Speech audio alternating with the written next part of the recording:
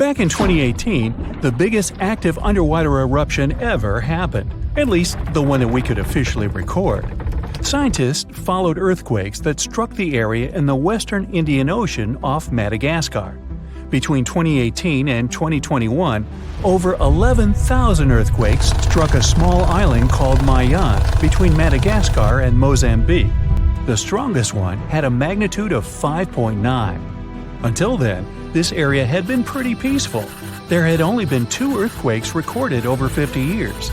Along with regular earthquakes, there were also some unusual seismic hums, like earthquakes at pretty low frequencies, forming deep underground. People couldn't feel those hums at the surface, but researchers around the world discovered them and realized they were related to volcanic activity no one actually noticed coming. Something strange happened. That underwater eruption created a giant skyscraper-sized volcano. This new underwater volcano turned out to be around 1.5 times the height of One World Trade Center in New York, and almost 10 times bigger than the Statue of Liberty. The area where it appeared had been explored in 2014, but it was almost flat, peaceful, and empty back then. Now, there is an actual volcano nearly 8,500 feet below sea level. The volcano gets its magma from a super profound reservoir located nearly 34 miles underground. It's the deepest reservoir of volcanic magma that we know about. The Earth has layers, and the middle one is kinda chunky. It's very much like peanut caramel filling many chocolates have. Research shows there are probably hunks of oceanic crust deep inside the Earth's liquid mantle. They're stuck there, creating large lumps in something that was supposed to be a smooth layer. Our planet has a rigid outer layer. It includes a hot upper mantle and cracked crust.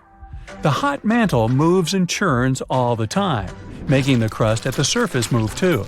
This way, the oceanic crust dives into the depths and makes huge magma plumes go up toward the planet's surface. Scientists even found an ancient piece of the Pacific Ocean hundreds of miles underneath China. Those are the old remains of the Pacific seabed from long ago, and they were pulled downward below Earth's surface into the mantle transition zone. This rocky slab that used to be at the bottom of the ocean is made of the crust and some solid parts of the upper mantle. Most of the volcanic activity on our planet happens where we don't even see it, under the surface of the ocean. About 70% of all volcanic activity happens in the oceans, and mostly in the area of the South Pacific, with over 1,100 volcanoes squeezed into that area. Coastal cliffs, mountain changes, soils, and sediments that line valleys. These are only a small portion of the rocks on our planet. Oceans hide so much more deep down below the Earth's surface. In between the Earth's surface and its core is the mantle. It's a warm, thick layer of rock that moves and flows constantly. Some hundreds of miles below, there's a place where diamonds grow. As they form, they go through high temperatures and pressure, after which they eventually freeze. That way, when they arrive at the surface, scientists can explore their structure, find out how they formed, and understand better what's going on in the depths of our planet. Thanks to diamonds, they realized the mantle was very wet, and it possibly contained much more water than all the oceans on Earth. Our planet is eating up its own oceans. As its tectonic plates move, dive, and go beneath one another, they drag huge amounts of water into the Earth's interior. The water beneath the surface of our planet can help with developing magma and lubricate faults, which actually makes earthquakes more likely to happen. Water is actually stored in the minerals. It gets incorporated into the planet's crust when new oceanic plates form. They go through the process of bending and cracking as they grind under other plates, and huge amounts of water then go deep into the crust and mantle. Scientists research an area that's 18 miles under the surface. They realize these zones pull 3 billion teragrams, which is more than 2 billion pounds. Any ocean is like a whole new world. There are incredible sceneries below the surface, magnificent waterfalls, lakes, and rivers. There are thick layers of salt beneath the seafloor, and rivers and lakes form because seawater goes through those layers and dissolves them, creating something that resembles pools. The dissolved salt makes the surrounding water denser. That water then settles there, which eventually forms underwater lakes or rivers. But there are also mountain chains, trenches, canyons. There's a canyon in the Bering Sea with more than 8,500 feet of vertical relief. This makes the Grand Canyon look way smaller than it is, since the underwater canyon is nearly 2,500 feet deeper. Deep parts of the ocean are really cold. The temperature of the water can be about 40 degrees, but at the bottom, water can get boiling hot. There are hydrothermal vents in the seafloor. Those are the hot springs located at the edges of tectonic plates. The water they release can reach a temperature of up to 750 degrees Fahrenheit, but the pressure at such depths is very intense. So intense, no human being can handle it. Still, it's the pressure that keeps the water from boiling. Ocean depth is on average 2.3 miles. Light waves can still enter at 3,280 feet, even though it's in a very small amount, so all the mysteries hidden below that point remain in total darkness. The actual illuminated part of the ocean goes until 600 feet. Even though the sun gives us light, most of our planet is dark all the time. It's all because of the oceans, covering over 70% of our planet. The loudest sound that came from an ocean, and of the loudest sounds ever recorded, came from an ice quake. It was so loud, researchers picked it up by sensors more than 3,000 miles away. There was a seismic activity that made frozen ground break down. The Antarctic ice sheet is bigger than the continental part of the United States and Mexico together. A big iceberg from Antarctica holds over 20 billion gallons of water, which could make a 5-year water supply for 1 million people. Humans can generally drink sea ice, although we can't drink seawater. As time goes by and the ice ages, the brine trapped between ice crystals drains out. That way, ice becomes fresh enough to consume it. If all the ice sheets and glaciers we have on the Earth melted at the same time, the sea level would rise another 260 feet, which is just a little shorter than the Statue of Liberty, the height of a 26-story building. Clams lived long enough to tell us more about oceans past. Ancient mollusks can live for more than 500 years. To learn more about a tree, you can use its rings to see how old it is. To learn how old a mollusk is, you can examine its rings within the shell and tell. This is also how scientists get information about the ocean, climate, and whatsoever. Clams can help take a look at what happened about 1,000 years ago. The Earth doesn't have 4 but 5 oceans now. The new one, called the Southern Ocean, was officially recognized only a few months ago. It borders the Atlantic, Pacific, and Indian Oceans, so scientists couldn't agree if it's really a new ocean or just part of the colder regions of these 3. We don't only divide oceans on maps, each has different conditions for unique marine species. For example, the Southern Ocean has leopard seals, orcas, minke whales, emperor penguins, and other animals that live in cold icy seas. It's also home to krill, small creatures that look like shrimp and are food for many bigger animals that live there. Life on our planet started about 3.5 billion years ago. I wasn't around then. It's still a mystery how and when exactly, but some theories say life could have first emerged in the depths of the ocean. A few years ago, scientists found microscopic tubes and filaments within rocks formed about 4 billion years ago. These rocks are fragments of ancient oceanic crust. Also, these tiny tubes and filaments are similar to microbes that can still be found on hydrothermal vents in deep parts of the ocean. The idea is these living cells found conditions to stay alive in tiny rocky pores inside the chimneys of those vents, and started the amazing adventure of the evolution of life on our planet. In 2018, the most powerful underwater earthquake occurred between East Africa and Madagascar. There was a deep rift between the Earth's crust and the mantle. Hundreds of thousands of tons of magma came out on the surface of the ocean floor. After that, a huge underwater volcano with a height of 2,700 feet was formed near the coast of Madagascar. This is almost twice the height of the Empire State Building, and all this is hidden under the water. French scientists studied this place since it had regular seismic activity.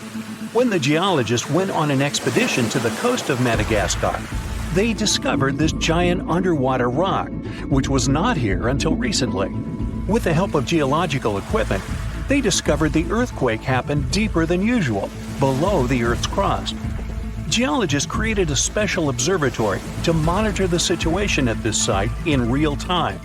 Between February and May 2019, they recorded about 17,000 seismic activities below the ocean floor.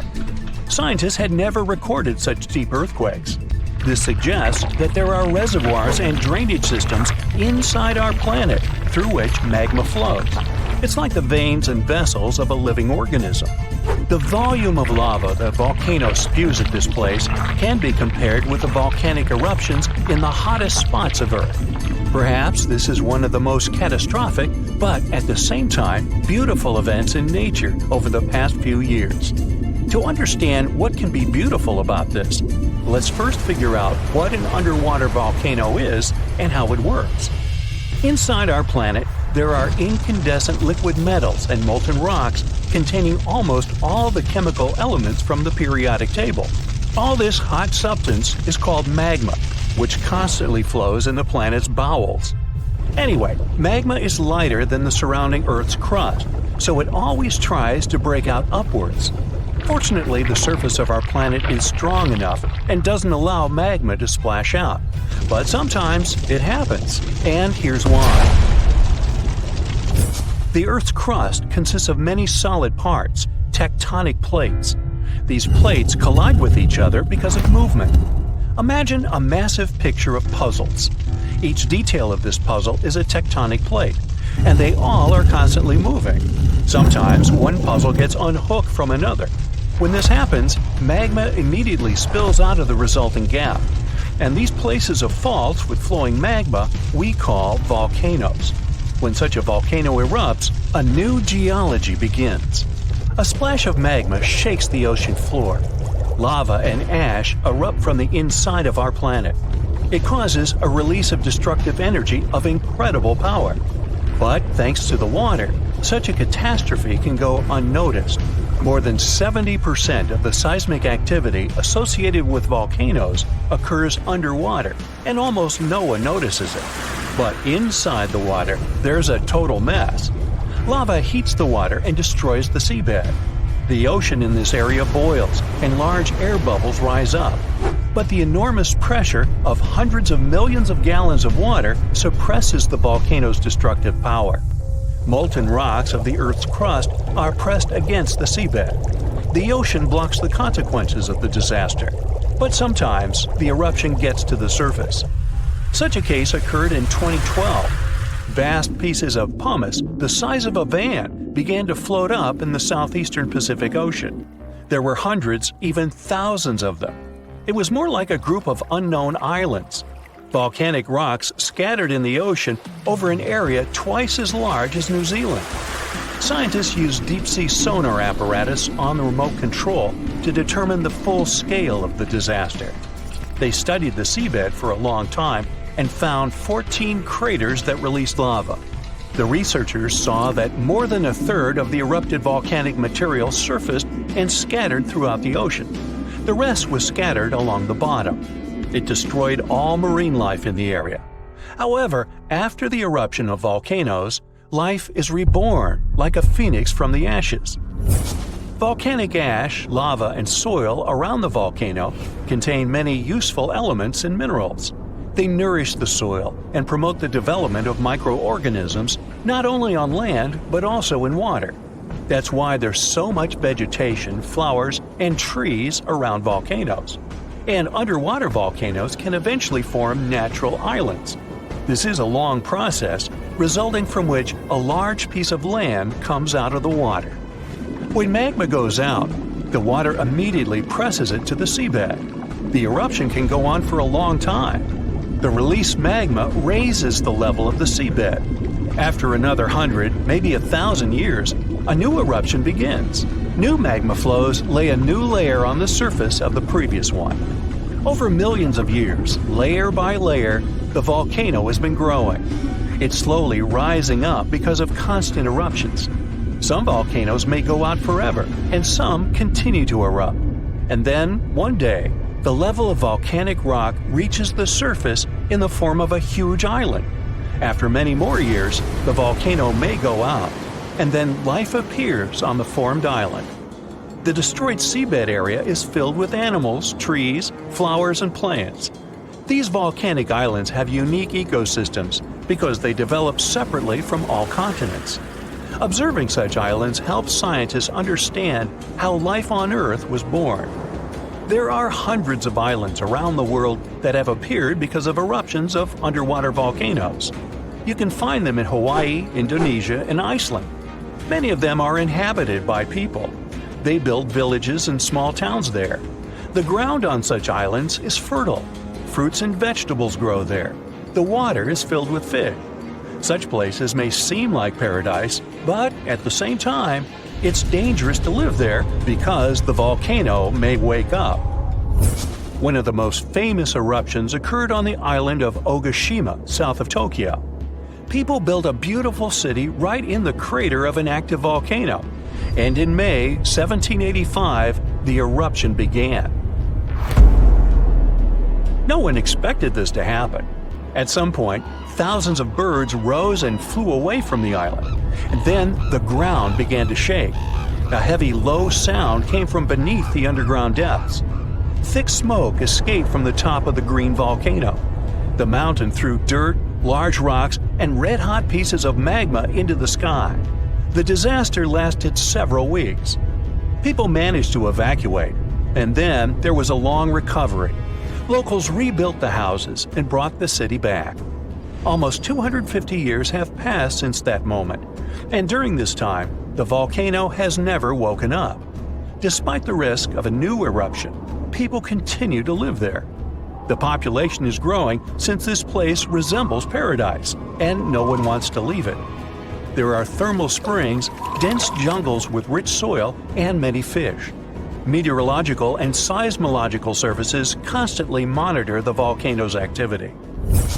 Movements and fractures of tectonic plates create another natural disaster: destructive tsunamis. Unlike volcanoes, huge waves are formed when seismic activity causes the crust to move vertically, up or down. When this happens, water pressure shifts on the ocean floor, which releases energy. This energy pushes the water and creates a tsunami. By the same principle, you form a small wave when you throw a stone into the water. First, a small tsunami appears. Then it picks up speed and increases in size. Its height can reach the level of a 5-story building. It's heading for the coast and accelerating to 500 miles per hour. This is almost twice as fast as a Formula One race car. Millions of gallons of water, weighing thousands of tons, are getting closer. And now the wave reaches the shore and demolishes everything in its path. Houses, trees, cars, nothing can withstand the destructive force of nature. Such tsunamis are a frequent occurrence on the coast of Japan. People have built massive shields near the land to stop the waves before they hit the shore. Still, in spite of all preparedness, somehow, nature always prevails. My, it's wet out here. In 2016, scientists decided to study the widest part of the Atlantic Ocean, between Africa and South America. It's kind of lonely there. They went days without seeing a single plane or ship. It was mostly just dolphins and whales swimming by. They were in the middle of nowhere. So why? They were floating right above one of the most important geological spots on Earth, the Mid-Atlantic Ridge. It's where two monster tectonic plates meet. Tectonic plates are massive jigsaw pieces that are constantly moving, even though we usually can't feel them. They form the Earth's crust and, in this case, meet beneath the Atlantic Ocean. The researchers floated over the ridge and dropped down some instruments that detect waves, earthquakes, and other vibrations. A year later, they came back to collect the results. At first, the goal was to learn more about the history of the two plates. But the instruments picked up a whole lot more than that. They found out some stuff about the future, too. Way down at the bottom, there's a layer of extremely hot liquid rock that's constantly rising up, pushing on the tectonic plates and causing them to move apart from each other. That means that the Atlantic Ocean is expanding about 2 inches every year, pushing Europe and Africa away from the Americas. At the same time, its bigger neighbor, the Pacific Ocean, is shrinking. It's the biggest ocean, right now, with a huge area that's around 30% of the Earth's surface. Its average depth is 13,000 feet and is home to the famous Mariana Trench, the deepest spot in any ocean. And yeah, it's now shrinking by around 1/5 of a square mile per year. Some scientists even believe that eventually, millions and millions of years from now, the Pacific Ocean could completely disappear. This ocean is where we think most earthquakes happen, plus it's where a lot of the world's volcanoes are. All that causes lots of shaking. Plates move around and old parts of the Earth's crust get destroyed. The ocean floor can't grow fast enough to replace it. This means some big changes are coming in the future. A couple of inches isn't exactly a big deal, but after a few 100 million years, there'll probably be a new supercontinent on Earth. Australia is slowly heading north, and it could eventually collide with Korea, Japan, and eastern China. Africa is moving too. In 50 million years, it'll be pushing right up against the southern parts of Europe. Since it's all happening so slowly, I've had a chance to think up some future scenarios. Okay, not me. A bunch of super brainy scientists with even brainier computers. The first scenario, a monster landmass called Novo. The Americas would slam into Antarctica, then they'd team up and head over to Africa. Meanwhile, Africa would have already smashed into Europe and Asia. Not bad, at least you'd save some money on plane tickets. But for most people, it would take an epic road trip to get to a beach somewhere. The second scenario is Ultima. I feel like these all sound like car names. Anyway, in this scenario, the Atlantic stops getting wider. Actually, it's the opposite. It starts closing in on itself. This new super cool continent would be surrounded by the Pacific Ocean. Scenario 3. Orica. Both the Atlantic and Pacific Oceans eventually shrink down until they either disappear or end up like tiny little lakes. All the life in these two oceans is gone. Instead, some new ocean starts forming to replace them. And the new supercontinent? It has Australia in the corner, with the Americans and East Asia each on the opposite side of a small puddle that used to be the Pacific. The rest of the planet is one big unexplored super ocean inhabited by… who knows? I won't be around then. Number 4. Amasia. There's that car thing again. This one predicts Africa, Australia, and all the continents except Antarctica start moving north. Sorry, Antarctica, even planet Earth keeps forgetting about you. Better luck next time. Well, way off in the future, it might be possible to take a big old road trip across every continent, or drive across the African-South American border, or even get to Australia without having to take the longest flight of your life. But we've got a while to wait. What should I do for the next 250 million years? Binge watch some Brightside? Tectonic plates move at different speeds, some slower, some slightly faster. Your hair and fingernails actually grow at roughly the same speed as these beasts move. Imagine if everyone lived on one of those supercontinents. Animals would finally be able to cross continents and meet species they've never seen before. Leopards, rhinos, lions, elephants. Imagine if they got curious enough to set out on a journey out of their habitat. A lion might meet a polar bear.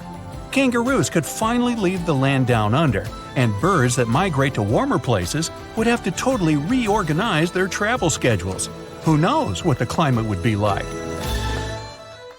Playing around with the continental jigsaw puzzle isn't exactly a new thing. Our world didn't always look like this.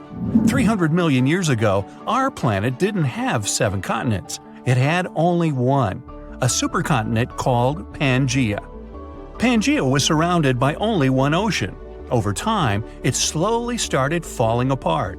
At one point, South America, Antarctica, Australia, and Africa were one unit, and North America and Eurasia were another. Over time, these continents also splintered off, each heading in its own direction. Scientists have discovered many similar plants and animal fossils on continents that are separated by huge oceans. Even when you just glance at a map, you can see how Africa and South America look like two massive puzzle pieces that fit together perfectly. When you look at all the oceans and seas on a map, it may look like they just flow right into each other, like there's only one big ocean and people gave different names to different parts. You wouldn't think that if you've ever been to the place where they meet. The Atlantic and Pacific have a strict border that looks like an invisible wall separating two completely different worlds. You can clearly see different colors and waters, and they don't mix. Of course, there's no wall or any actual physical border, but not all water's the same. The Pacific and Atlantic have different densities, amounts of salt, temperatures, and a whole bunch of differences. The borders that separate two bodies of water are called ocean clines. The line you see dividing the Atlantic and Pacific Ocean is mostly caused by different salt levels. This is what layers of water with different salt levels look like. It's like they're separated with cling film, each one with a different color because it has different things growing in it. To see a clear, noticeable border, one sea or ocean has to be a whole lot saltier than the other. Want to get active and use up all the salt in your house? Pour some colored salty water or seawater into a glass bowl. Then add fresh water on top. Voila! The Pacific Ocean is the less salty one. That's because there are loads more rivers flowing into it. Heavier liquids are heavy, so they should sink to the bottom. But then, why is the border between the Atlantic and Pacific a vertical line and not a horizontal one? First, the difference in density of these two salty beasts may be enough to stop them from mixing, but it's not really enough to send one of them to the bottom with the other floating above it. There's another reason, and it's all about the Earth spinning around. Say you're flying from Chile to New England. If you fly straight north, by the time you get there, the Earth will have turned a bit, and you'd be nowhere near your destination. To get to the right place, the pilot needs to fly in a bit of a curve. That's sort of the same reason that currents move around in different directions. The currents in the Atlantic and Pacific Oceans move away from each other, so they don't really mix at their border, even though they're both just water. Confused? Yeah, me too. How would you describe the shape of the planet we live on? It's definitely round, but it's not a perfect sphere. Because of the force of Earth's rotation, it's slightly flat on the north and south pole. But there's more to it. The planet's rotation causes its sides to bulge outwards. The best term to describe our home planet is ellipsoid. Earth is nothing more than an oversized lumpy potato. These are the words of Atraji Ghosh, a solid Earth geophysicist from Bangalore. She and her team have been studying something called the Indian Ocean Gravity Hole. Sounds like the scenario for a science fiction movie, but it's very much real. We think of gravity as something consistent. If you drop a pen from your hand in Los Angeles and in Perth, they're going to fall to the floor at the same time. Well, this is not completely true. Gravity is connected with the mass of a celestial body. Astronauts on the surface of our moon don't walk, but move in hops. That's because Earth weighs 81 times more than the moon. Less mass means less gravity. Earth is more massive, so it has a stronger gravitational pull. But there's a catch. All this mass isn't distributed evenly across the planet. As a result, gravity varies as well. NASA has been mapping Earth's gravity field since 2002 using twin GRACE satellites. The maps they produced show where gravity is stronger and where it's weaker. Mountain ranges such as the Himalayas contain a lot of mass. This means they generate a stronger gravity field. The opposite happens in ocean trenches. The deepest of them is the Mariana Trench in the Pacific Ocean. You could almost stack 2 Mount Kilimanjaros inside it. The low concentration of Earth's mass below it means that the gravity field here is weaker. Places on the globe where huge chunks of mass are missing are called geoid lows. A geoid is an imaginary surface that follows the outline of sea levels around our planet. Imagine the Earth without any land. That shouldn't be too hard since the nickname of our home is Blue Planet. Now draw a curvy line along the surface of the oceans, and you get a geoid. In reality, the line stretches across oceans, as well as land masses. Scientists use this imaginary line to calculate the depth of tremors or objects that occur underground. When the wavy line goes down, that's a geoid low. The biggest of them sits at the bottom of the Indian Ocean. The first to discover it was a Dutch geophysicist in 1948. He was performing a gravity survey from a ship. The man noticed that sea levels dipped over 320 feet below the global average. The gravity hole got the official name Indian Ocean Geoid Low. It spans well over 1 million square miles off the southern coast of India. If you went out at sea in the middle of the gravity hole, you wouldn't notice much, just an endless ocean as far as the eye could see. The only way to measure the dip in gravity is through extensive geophysical measurements and calculations. The concept of a gravitational hole existed for nearly 2 centuries in the scientific community, but researchers could study it in high detail only after satellite measurements became possible in the late 20th century. A team of Indian scientists was determined to explain the anomaly that had been puzzling geologists for decades. They used supercomputers to simulate the seismic activity that formed our planet. A total of 19 simulations revealed how tectonic plates moved across the span of over 140 million years. This was during the Cretaceous period, the time when T-Rex roamed the Earth. Nearly a third of the possible scenarios produced a geoid low, similar to the one in the Indian Ocean. The most important factor in these models was the presence of magma plumes. These are places inside the Earth's mantle, where lava flows upwards. The mantle sits between the planet's outer core and the thin crust we walk upon. The magma in the mantle plume is hotter than the surrounding rocks. The heat it generates melts and thins the crust. This creates hotspots that are brimming with volcanic activity. Yellowstone National Park and the Hawaiian Islands sit atop such hotspots. The Indian team of scientists linked the presence of magma plumes to the formation of the geoid low. Their source was an ancient ocean that disappeared tens of millions of years ago. It was located where the Himalayan mountain range sits today. Evidence of this lie in the marine rocks researchers found on the world's tallest mountains. The oceans ceased to exist when India's landmass separated from the supercontinent called Gondwana. It drifted north and merged with the rest of the Asian continent. At the time, the Eurasian supercontinent was called Laurasia. The Indian tectonic plate went down inside the mantle. It ended up under the African continent.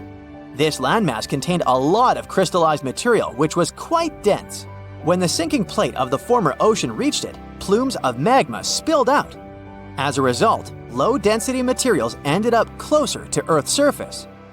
Density is used to calculate mass, and if you remember our lesson in physics from the beginning of the video, less mass translates into a weaker gravity field. Scientists believe this is how the geoid low in the Indian Ocean formed some 20 million years ago. At this point in prehistory, the Earth looked a lot like it does today. There were vast grasslands, and whales swam in the seas. Geophysicists who created the computer model cannot tell for sure what will happen in the future. Ghosh thinks it's possible that the gravity hole in the Indian Ocean will remain in place for a long time. But plate movements can also cause the anomaly to fully disappear in the coming eons. Earth's tectonic plates are constantly shifting. They define the shape of our continents and oceans. Experts study plate movements to get a picture of how our world looked millions of years ago.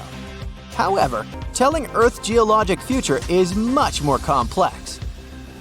The gravity hole in the Indian Ocean is the biggest, but it's not the only one in the world. Other areas with low gravity include the island of Cuba and the Bahamas. On the opposite side of the spectrum are the Philippines. Here, gravity is stronger than normal, but the poles are the places with the strongest pull to them. They are the closest to the center of the Earth. If you stand directly on the North or the South Pole, you are 3,950 miles from the planet's core. At sea level on the equator, this distance increases by more than 13 miles. Earth's gravitational field also has an effect on your weight. At the equator, you weigh 1% less than you do on the poles. The South Pole is maybe more suitable for this experiment because there is actually ground there. But gravity is the strongest at the North Pole in the middle of the Arctic Ocean. This is where scientists in 2013 recorded the highest gravitational acceleration on the planet. This is the rate a falling object speeds up in free fall. The acceleration depends on the strength of gravity. When a team of researchers from a university in Perth set out to map these gravity changes, they discovered something interesting. Gravitational acceleration was the highest at the surface of the Arctic Ocean. This is something they expect to find, but the location of the lowest acceleration point amazed them. It wasn't on the equator as they assumed. The spot lay more than 600 miles south of it at Mount Huascarán in Peru. Scientists believe that the mountain's height had an effect on the phenomenon. This peak in the Andes is the highest point in the South American country. Hypothetically speaking, if a human falls from a height of 330 feet here, they will reach the ground 16 milliseconds later than if they performed the same stunt in the Arctic. Oh wow, there's a hole in the bottom of the ocean! It seems that the ocean has a leak, but it's not like a leak you would expect, where water is flowing out. It's more like a spring since water is flowing in, not out. This unique leak is something we know as Pythia's Oasis. A grad student was the one who accidentally discovered it. He noticed bubbles that were rising to the surface. Normally, bubbles in the ocean tell us there might be some hydrothermal vents, which are hotspots for some pretty cool things. These vents are actually like hot springs on the seafloor, but instead of bubbling with warm water, they release a fluid that has been superheated in the crust of our planet. When seawater seeps into these cracks and travels deep into the crust, it comes into contact with the extremely hot mantle. This heats seawater to very high temperatures, and as it moves back up towards the surface, it carries dissolved gases and minerals. When the hot fluid shoots out of the vents, it mixes with the surrounding seawater and quickly cools down. Just a short distance away from the vent, the temperature can drop to a comfortable 68 degrees Fahrenheit or so, which is, as it seems, exactly what some creatures like.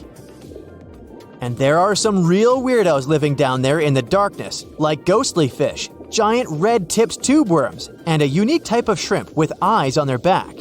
And some of them, like tube worms and bacteria, rely on the chemicals and minerals released by the vents to survive in harsh conditions. But in this case, the bubbling water didn't come from a hydrothermal vent. It was there because of a spring, and that's a bit more concerning. You see, the water in this reservoir needs to stay where it is. If too much of it seeps out, there could be some serious consequences, especially for the surrounding area. You can see this unusual leak along the Cascadia subduction zone, which is a massive fault line off the Pacific Northwest coast. It's a place where two pretty big plates that make up Earth's crust come together and slide along each other. The water from Pythia's Oasis kinda acts as a lubricant between these plates. You can think of the fault zone as an air hockey table. When the fluid pressure is high, it's like you've turned the air on. That means the friction between the plates is reduced, which allows the plates to move. But if the fluid pressure is lower, the two plates can lock together, which then leads to the buildup of stress. Not that they'll feel bad. In the context of tectonic plates, stress is some pressure or force that can cause deformation. And if this stress starts to build up, at some point, it's gotta go somewhere. When it's too much, it can trigger earthquakes and most likely, not small ones. For example, a release of stress in the Cascadia subduction zone could lead to a magnitude 9 earthquake. For comparison, the biggest earthquake we've ever recorded happened in Chile in 1960. And it had a magnitude of 9.5. The damage was enormous. So we hope the water will stay in its reservoir and keep maintaining the delicate balance between the tectonic plates. We've explored only 5% of the ocean. Who knows how many cool things are there at the bottom, waiting to be found? For example, check out these mysterious holes scientists have stumbled upon in the depths of the Atlantic Ocean, near the Azores. They're neatly aligned and are about 4 inches apart, or in some cases, even several feet. They resemble punctures left by a sewing machine. Some think these holes could have a biological origin. For instance, some fish may have made them while walking along the seafloor. Others believe we could be looking at something that's human-made, maybe left by a spiked tire. Of course, such holes are perfect for making up stories about creatures from other planets who allegedly made them. Or maybe even legendary monsters, like that one from Loch Ness. It's definitely hard to explain such symmetry of the holes, but one deep-sea biologist offered a pretty good explanation. He said there could be an animal burrowing beneath the sediment, and from time to time, it could make little chimneys just to get access to clean water circulation in its small burrow. I mean, there are sediment piles around the opening of each hole, and they do support the idea that something pushed the soil from below. But there's still no proof these holes are actually connected beneath the surface. And there are also a lot of things hidden at the bottom of the oceans and seas that ancient civilizations left us. For instance, archaeologists made a really cool discovery off the southern coast of Croatia, a road hidden under layers of sea mud that's 7,000 years old. They found the ancient road at the sunken Neolithic site of Solin. The site of Solin was a human-made island in ancient times, and an archaeologist discovered it 2 years ago. He was studying satellite images of the area around Korčula, one of the beautiful Croatian islands. When he realized there could be something interesting at the bottom of the sea, he dove into the water with his colleague. And under the surface of the Adriatic Sea, which is part of the Mediterranean Sea, at a depth of 13 to 16 feet, they found stone walls that were most likely part of some ancient settlement. The landmass where people built the settlement was separated from the main island by a narrow stretch of land. Luckily, this area is protected from big waves by the surrounding islands, so the site remained relatively well preserved. It's now hidden beneath the surface of the sea and covered in mud. But it's so exciting to imagine how people walked on that road nearly 7,000 years ago, visiting nearby settlements. If you want to see the weirdest creatures, you can always head to the bottom of the sea. Actually, scientists have determined there could be more than 30 potentially new species at the bottom of the Pacific Ocean. They've collected them using their remote-controlled vehicle. That's a big step because until recently, they could only study such creatures through photographs. I'm talking about segmented worms, different types of coral, some invertebrates similar to centipedes, and many others. But there are also many old freaky creatures that we already know about that look like they came from sci-fi movies. Red octopus, blobfish. Okay, this one kinda looks normal until you raise it to the surface. The goblin shark, Sloane's viperfish, zombie worms. Ugh. Yeah, I hear ya. Let's move on. The seafloor hides things from space too. There are traces of rare forms of plutonium and iron at the bottom of the Pacific Ocean. And what's awesome is that all this has come from space. These radioactive materials probably formed during some kind of cataclysmic event in space and eventually made their way out to our beautiful home planet. And this extraterrestrial debris most likely appeared on Earth within the past 10 million years. After it fell to the Pacific Ocean and settled at a depth of almost a mile, it became part of all those layers of rock down there. Plutonium is especially exciting for scientists. I mean, only tiny amounts of it have been found, hundreds of atoms maybe. But it's still remarkable because these atoms are created by exploding stars. Things like this can help us better understand how the universe produces elements heavier than iron, like plutonium, gold, uranium, and platinum. We're still not sure about the origins of these elements. For a long time, scientists believed that supernovae, which is when a star comes to its end in a fabulous explosion, were responsible for creating these heavy elements. But it seems it's not just that. Some other cosmic events, such as the collision of neutron stars, which are super dense collapsed stars, or some rare types of supernovae, could also be involved. Whoa, let me get my popcorn! Ever wonder why, despite all our advancements in technology and science, there's a vast expanse of our own planet that we barely know about? Believe it or not, over 80% of our oceans remain uncharted territory. It's as if we've got this massive aquatic playground in our backyard, and we've barely scratched the surface. Also, Did you know that only about 7% of our oceans have a special tag called Marine Protected Areas, or MPAs? How come this colossal body of water that envelops most of our planet is also among the most vulnerable and misunderstood spaces in the universe? Pressure has a lot to do with it.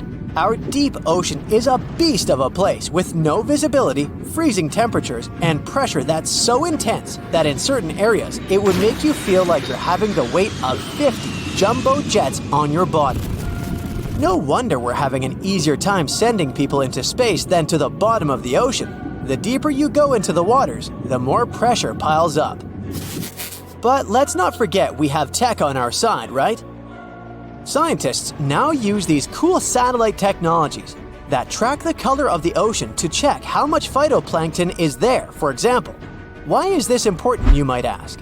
Because these little plant-like critters are actually pretty major players in our big blue oceans. In the grand scheme of things in the aquatic world, phytoplankton is like the bedrock of the ocean food chain. It gives life to almost everything, from the tiny zooplankton, which are animal-like microorganisms, to those colossal, magnificent whales. When these technologies first came around, satellites could get clear images of the ocean faster than a ship could take the same number of measurements in 10 years. But it's not all about looking at the ocean from space. Sometimes you gotta dive in there and see it for yourself. Thankfully, we've come a long way in ocean exploration tech too. We've got things like floats and drifters that ride the ocean currents while collecting data, and a whole fleet of underwater vehicles, some of which are manned, some remote-controlled, and some even autonomous. Remember James Cameron, the guy who made the movie Titanic? He's super into exploring the ocean, and in 2012, he set a record by going down to the Mariana Trench in a vertical torpedo sub. He thinks there's nothing like being in the ocean and experiencing it firsthand. Other companies use a mix of technologies for their ocean explorations. It led them to discover amazing stuff like a deep-sea coral reef near Morocco, the only one still growing in the Mediterranean Sea. They've also discovered new species and documented ones previously thought to live only in the Atlantic. These efforts have convinced local authorities to declare some places as marine parks. As with most scientific areas, the road isn't without its bumps. These expeditions can cost quite a lot, and the lack of detailed maps and data only adds to the challenge. We can't always rely on bathymetric information, meaning the study of the ocean floor, because it's often not available. And that's the tricky part. We need to explore more to know more. But getting the funds for these kinds of projects can be tough when there are so many unknown variables. One particular company's explorations have helped protect nearly 4 million square miles of ocean so far. The data they collect during their expeditions is invaluable. It's used to identify new species, locate vulnerable habitats, and even show where threatened species are being overlooked. Their work helps dismiss excuses from local authorities who claim they lack the necessary information to establish more MPAs. The same company supports a goal known as 30 by 30, aiming to protect 30% of our oceans by 2030. It's a big target, and there's a long road ahead, but ongoing ocean exploration can provide the proof needed to keep more of our oceans safe. We also need to set aside areas for protection and research, even when we don't have all the facts just yet. On that note, some cool scientists have recently stumbled upon a gigantic and mysterious world beneath the Pacific Northwest coast's ocean floor. The best part is, this massive realm of life is pretty much cut off from the rest of the world above, making it like a secret underground club that only the best microbiologists have access to. Picture an active city. Except the city is microscopic cracks in the basalt rocks of our oceanic crust, and its residents are microbes. These tiny creatures aren't like you and me. They don't rely on sunlight or the organic products of land and water ecosystems for sustenance. Instead, they thrive on chemical reactions with rocks and seawater. Scientists call this type of life chemosynthetic, which sounds complicated, but it basically means life sustained by chemical reactions. While this sort of life has been found deep in mines and around seafloor hydrothermal vents, the scale at which these creatures are found under the oceanic crust is unprecedented. It might even be the most extensive ecosystem on Earth. A geomicrobiologist from Denmark was part of the team that made this discovery. He claimed that over 50% of our planet's surface is oceanic crust, which is an average of 4 miles thick. Imagine the size of this chemosynthetic party happening down there. This discovery didn't happen overnight. Since the 90s, scientists have found weird tiny holes in the basalt rocks that make up much of Earth's outer crust. They seem like they might have been made by bacteria, but hey, there was supposed to be no life there. I mean, imagine trying to survive in a place that's hot, deep, dark, dense, and mostly devoid of the organic compounds we need for life. Yet, here they are. In the following years, more pieces of the puzzle fell into place. Scientists found that the oceanic crusts had different conditions at the centers and edges. At the centers, rocks are jam-packed with energy-rich compounds that support these tiny life forms. But by the time they reach the edges, these chemicals are all gone. Fast forward to now, and it's time to put the puzzle together. A microbial ecologist from the University of North Carolina worked on this research and says we now have solid evidence of microbial life in the cracks and crevices of deep ocean basalt. The next question scientists asked was, how far does this life extend? Researchers collected samples of crust from a plate roughly 120 miles off of Washington's coast, drilling deep beneath the ocean's surface. What they found down there was remarkable. The life down there runs on a unique fuel, hydrogen. Yep, in the absence of sunlight, hydrogen provides the energy for all their biological processes. These microbes use hydrogen to transform carbon dioxide into organic matter. This matter and other byproducts, like methane, then fuel other organisms, creating a network of life. Of course, the life down there isn't as complex as the one we know up here. Scientists doubt there will be any multicellular life under the ocean because it's too hot and energy poor. But hey, who knows? This universe under our oceans still has a lot to reveal. This whole thing is significant for many reasons. First, it confirms that life can exist in places without oxygen, which changes our perspective on where we can find life. This makes us wonder if life could exist under similar conditions on other planets, where surface conditions might be too harsh. The implications on Earth are also profound. If a large portion of life exists in the oceanic crust, then our understanding of life on our own planet could be completely changed. This exciting discovery stretches our understanding of life and prompts us to keep exploring the mysterious depths of our oceans, pushing the limits of our understanding.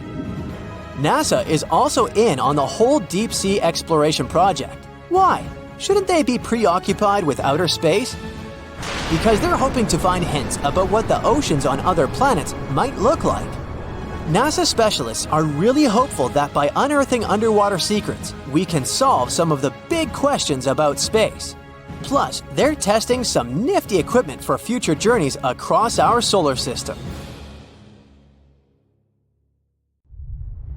If all the volcanoes on Earth suddenly erupted together, it'd be loud. We'd also have around 1,500 of these formations bursting at once. Now, normally it's just 10 to 20 volcanoes that are active each day. But what would the world look like if they all blew their tops simultaneously? Geologists think it wouldn't be pretty. Even if only the land volcanoes erupted together, it would set off a chain reaction way worse than anything we've ever seen before. The two big problems would be ash and volcanic gases. While the explosions in lava would be damaging for people nearby, the real danger lies in what happens next. A thick layer of ash would cover the planet, blocking out sunlight completely. No sunlight means no photosynthesis, which means crops would fade away and temperatures would drop considerably.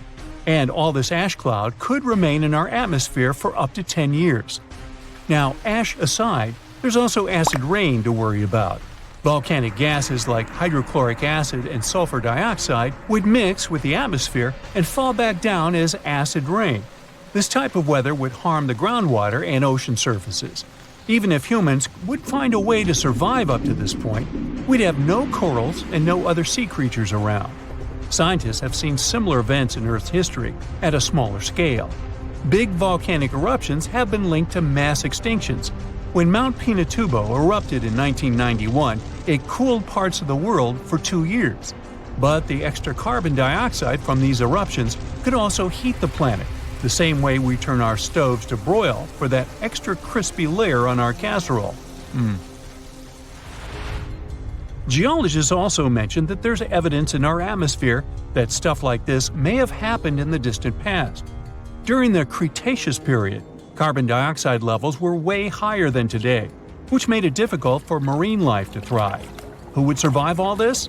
Probably just some extremophiles, these organisms that survive in harsh conditions like hot springs or deep undersea vents. As for humans, we could all lay low in underground bunkers until things clear up, or build multiple space stations that could fit us all. Yeah, right. The chances of all volcanoes erupting at once, though, are very slim. Whew! That's because there isn't one giant source supplying all the volcanoes on Earth. Each one of these openings has its own deposit of magma, except for a few cases where they indeed share the supply. For example, in 1912, Nova Rupta in Alaska erupted alongside another volcano sharing magma. Scientists have also found evidence of magma hiding under volcanic areas, like under the Taupau volcanic zone in New Zealand. This magma can spread out horizontally for long distances, but is still just a local feature. Even if we consider all the magma under Taupau as one system, it's not connected to other volcanic areas like Indonesia or the Philippines. Because the great majority are isolated, volcanoes can't sync up to erupt at once. The magma comes from different processes like mantle decompression or adding water to the mantle through subduction. There's no way to make all these different volcanoes erupt together because of how tectonics work. Now, that doesn't mean we won't see interesting volcano activity in the future. Take an underwater area near British Columbia, where recently about 200 small earthquakes per hour have been noted. Deep beneath the Pacific Ocean floor, off the coast of Vancouver Island, magma is set to erupt, heating the water so much that it'll bubble like soda. However, this event will likely go unnoticed by anyone other than scientists. The anticipated eruption will most likely happen around 3 miles below the ocean surface. Scientists explain that the earthquakes range from negative to 4.1 magnitude, meaning only those nearby would feel any tremors. This unusual activity gives us a rare opportunity to study how the Earth's crust forms. The magma beneath the ocean floor is estimated to be almost 1,500 degrees Fahrenheit, but will cool rapidly upon eruption and contact with water. This runny rock will solidify upon contact with the seafloor, turning black quickly. This event will be useful for biologists too, who will have the opportunity to study the marine animals' response to any changes, like run! Antarctica, often seen as a vast icy continent, also holds a volcanic surprise beneath its frozen surface. Researchers have identified over 130 under the western ice sheet alone, making it the largest volcanic region on Earth. Most of these volcanoes, about 90, were only recently discovered in 2017. But could any of these Antarctic volcanoes actually erupt? Well, it depends on which volcano we're talking about. While these formations are relatively young in geologic terms, it's hard for scientists to tell if they're still active or not. There are only 2 confirmed active volcanoes in Antarctica, Deception Island and Mount Erebus. The latter, standing tall as the highest peak on the continent, has been continuously erupting since at least 1972.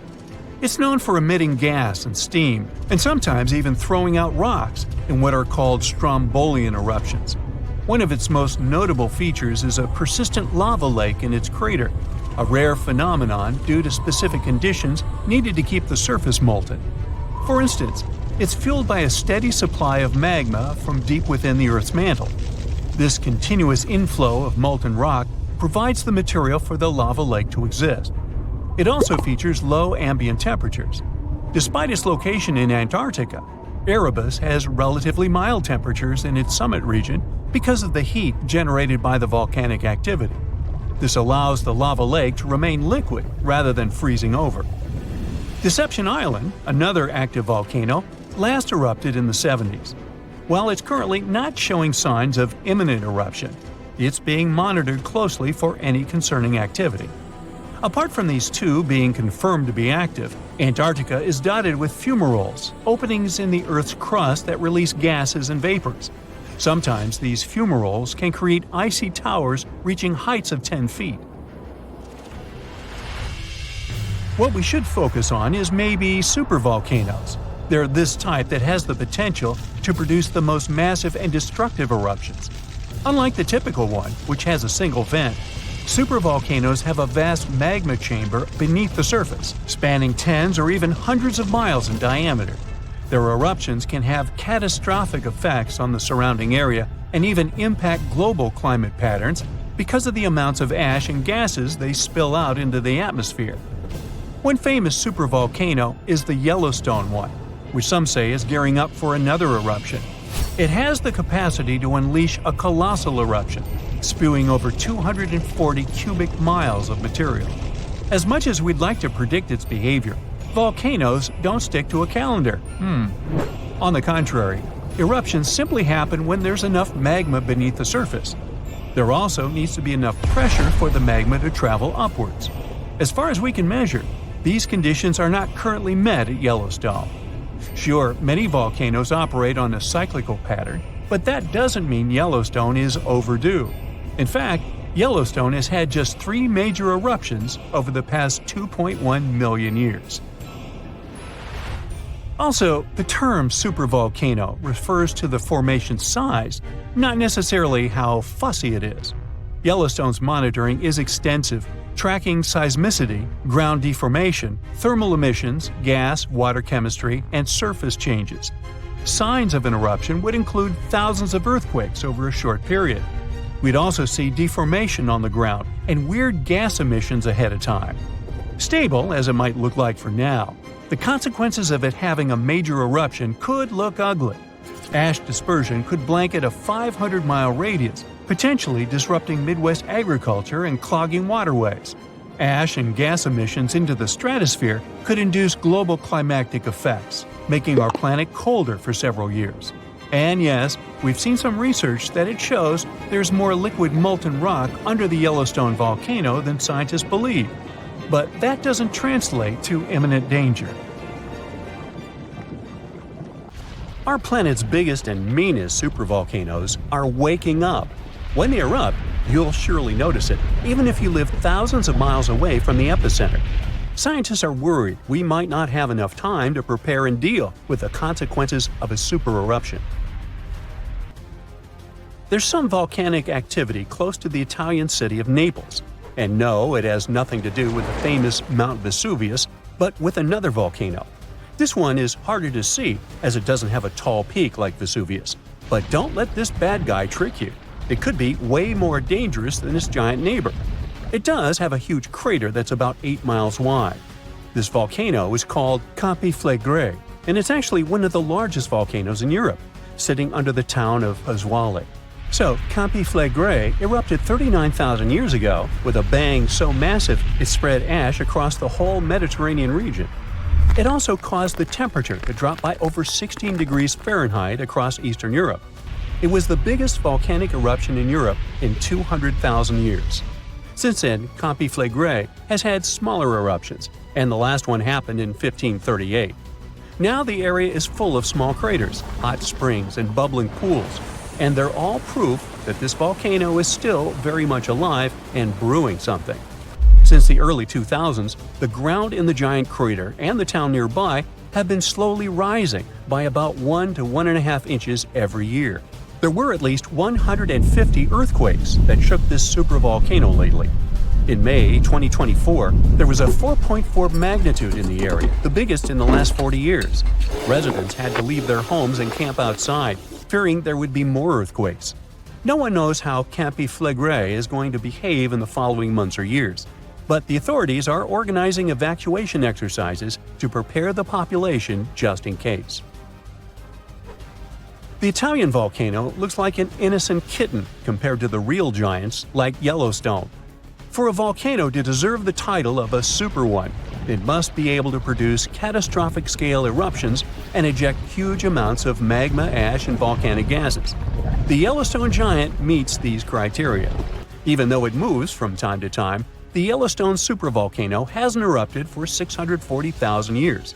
But when it does wake up, it might erupt with incredible power, about the same amount as 10 huge nuclear power stations can produce. Under the ground, beneath Yellowstone, there's a super-hot area full of molten rock called magma. As more magma moves into a big space called a magma chamber, the ground above starts to swell or rise. When the magma cools down, the ground falls. Between 2004 and 2009, the ground at Yellowstone rose by almost 10 inches, but then it started to slowly go back down in 2010. Scientists aren't sure if it's going to erupt anytime soon. There's also another big volcano called Long Valley in California that has been active since 1980, and it can be a really big threat. Scientists studying this supervolcano found out that before its biggest eruption, 760,000 years ago, the buildup may have taken less than a year. Now, that's bad news, because a supervolcano eruption can have a huge effect on the world, like the eruption of the Toba volcano in Sumatra around 74,000 years ago.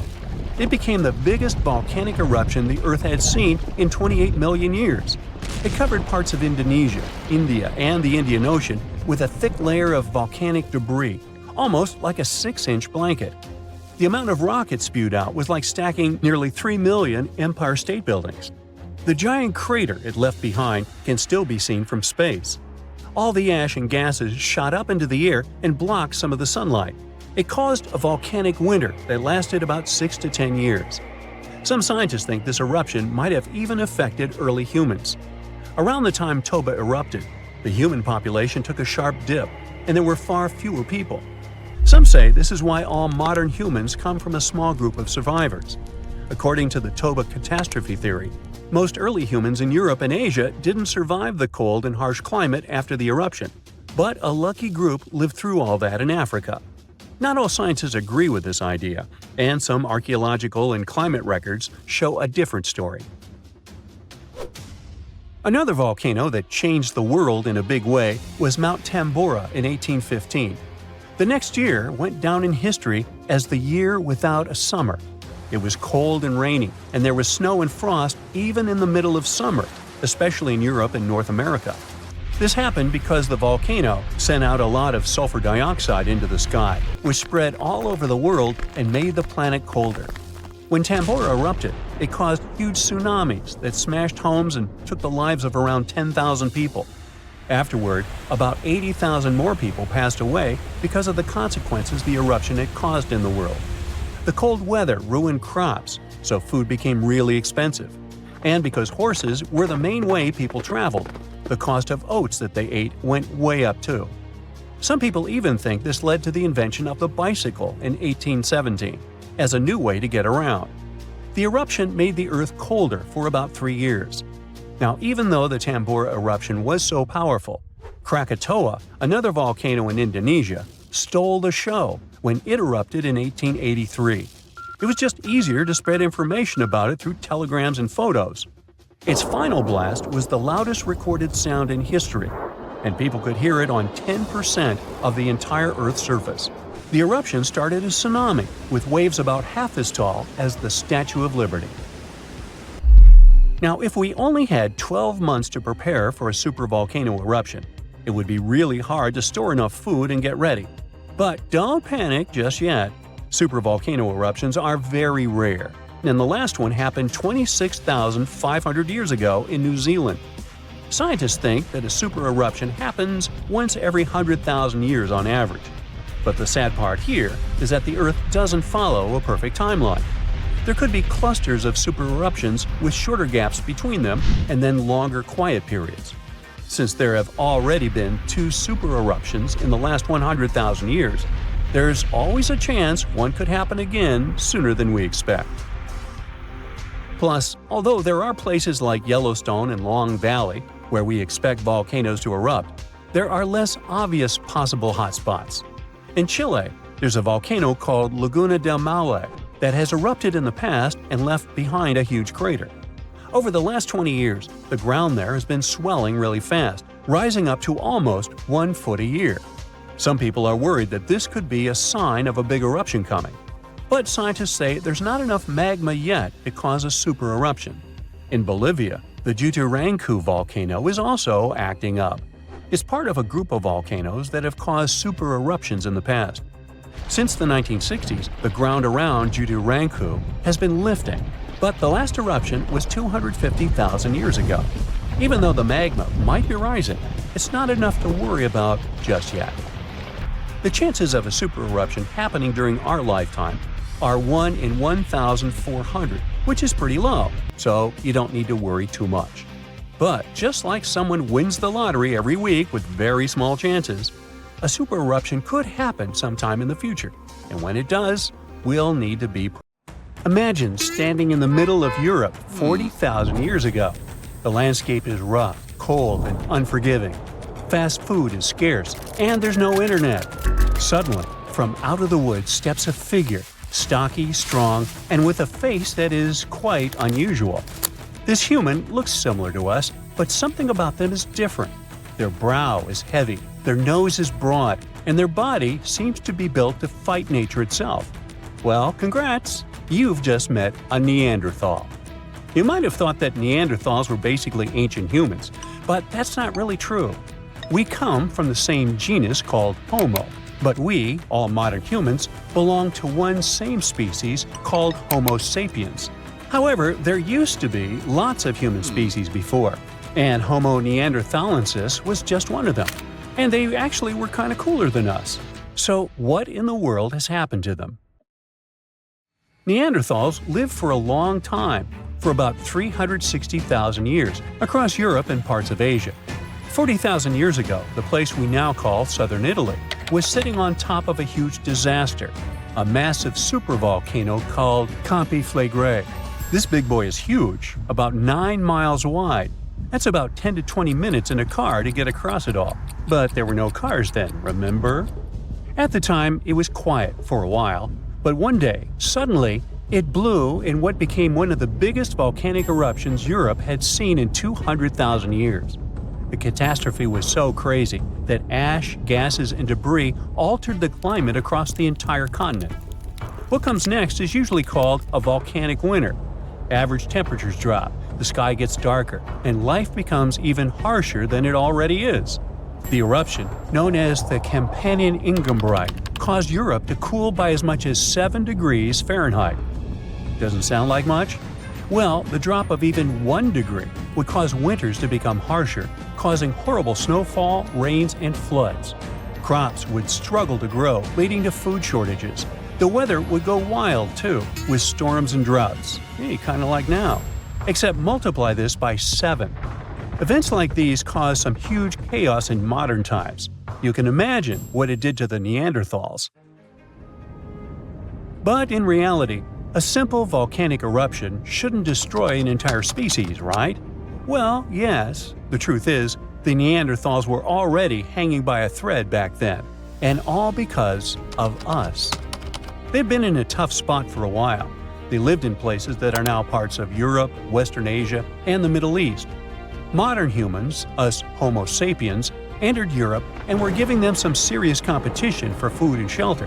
Homo sapiens were sneaky dudes, better at finding food, easily adapting to different environments, and using more advanced tools. We were pushing Neanderthals out, trying to get the same resources. We literally made their extinction a slow and very unpleasant process.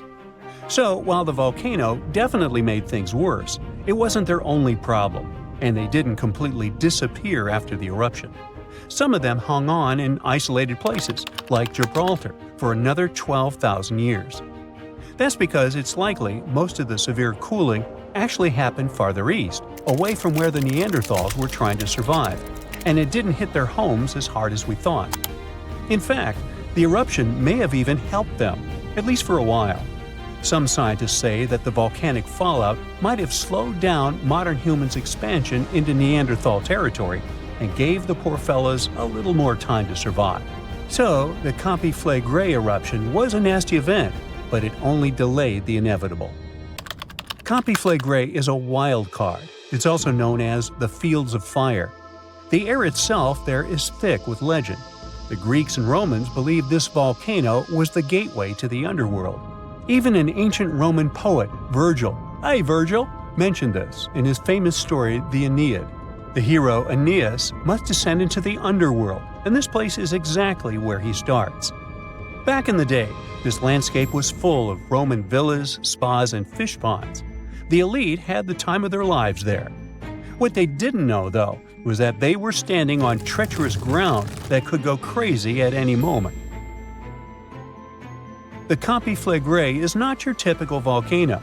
You'd imagine a single towering peak, but the landscape looks deceivingly calm, with small features popping up here and there. But if you flew above it, the sight would be insane. A gigantic circular basin, peppered with volcanic cones and craters, like scars from the Earth's violent past. The danger here lies in its subtlety. The ground beneath your feet is constantly shifting, even when you don't notice it. Every so often, the land rises, only to sink again, sometimes by several feet, as magma or gas moves beneath the surface. It's incredibly creepy. The risk is almost invisible. The Campi Flegrei is a massive depression formed by two colossal volcanic eruptions. One of them was the one that cooked Neanderthals, and another happened 15,000 years ago. The most famous eruption, though, happened in the 16th century, and it was horrifying. The year was 1538. For years, the people of Paswali had noticed something unsettling. Land that once sat below the waves was slowly rising. What was once the sea had become new ground. Rumblings from deep within the earth were terrifying, but had become a normal part of life. Earthquakes started in the early 1530s, small at first, but in just 8 years, they became the norm. Until one day, on September 28th, horrifying tremors shook the ground. By the next evening, as the sun dipped below the horizon, a massive crack ripped open the earth near the ancient Roman town of Borehole. From this gash spewed fire, smoke, and a rain of volcanic ash miles away.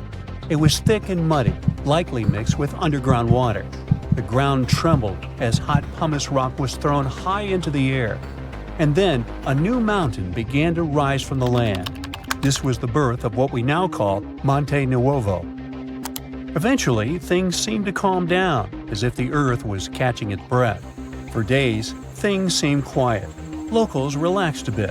They began to approach the new mysterious volcano, a crater with something that resembled boiling within it. People visited it like a new attraction.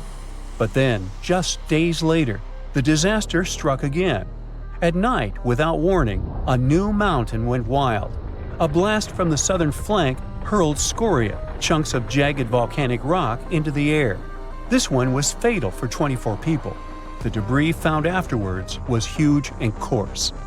For centuries after, the only signs of life from the Monte Nuovo were small fumaroles, jets of gas seeping from the earth.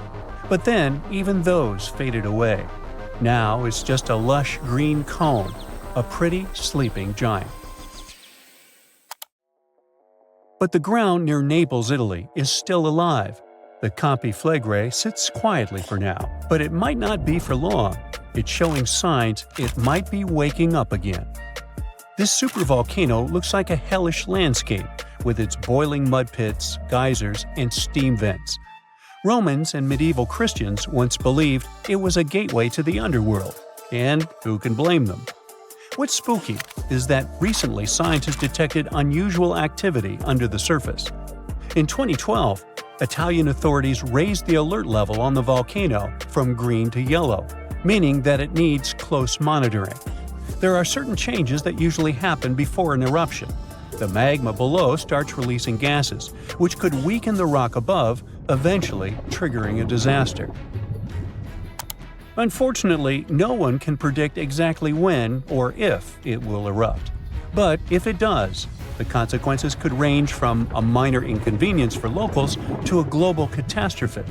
Its last tiny eruption happened in the 16th century, and it wasn't too bad.